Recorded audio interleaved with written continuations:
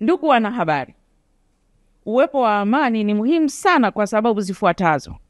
Amani iliyopo Tanzania ndio imetuwezesha kuwekeza, kukuza uchumi. Tanzania imekuwa kwa miaka 4 iliyopita kutoka namba za chini sana duniani, sasa hivi tuko katika 10 bora kiuchumi kwa sababu ya amani. Kwa sababu amani ni kama upendo, haionekani, inaonekana kwa watu. Tumeona ni muhimu kuongea na Watanzania wenzetu kupitia nyinyi wanahabari. Wakati tulio nao sasa ni wakati muhimu kwetu kama taifa kusimama pamoja na kuhakikisha kuwa tunalinda tunu yetu kuu ambayo ni amani yetu. Tanzania tunasifika dunia nzima kutokana na amani tulionayo. Jamani, kutunza amani ni muhimu kwa sababu tuna nyenzo ambazo tumepewa na rais wetu mpendwa na serikali ya awamu ya 6 kutokana na R4 4R. Mambo madogo madogo yanarekebishika, tunarekebisha kila siku kutoka kwenye nyumba zetu, kutoka kwenye familia, hata wanandoa inabidi mnarekebisha vitu kila siku. Sio kwamba kitu kidogo kikosekana basi unavunja ndoa. Tunarekebisha.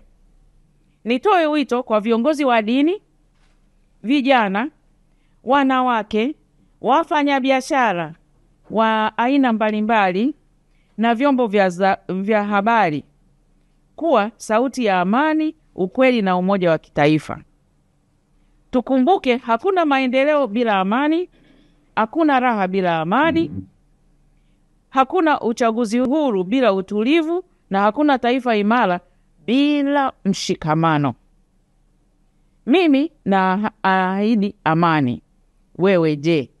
Tunaipenda nchi yetu, nchi ni ya amani, tunaipenda amani, tumebeba amani. Katika Biblia imeandikwa tuishi kwa amani kwa gharama yoyote ile. Kwa hiyo sisi Mwanamke na Nguvu ya Kijani, wafanyabiashara, wa bandarini, wasafirishaji, watu wa dini, vijana, wote tunapenda amani, tuliangalia amani, tunategemea amani kwa muda wa miaka ijayo, na daima na milele Tanzania itakuwa ni nchi ya amani. Tunamshukuru Mungu, tunamuomba Mungu amani. Mungu ibariki Tanzania, Mungu ibariki Afrika, Mungu tubariki. Amen.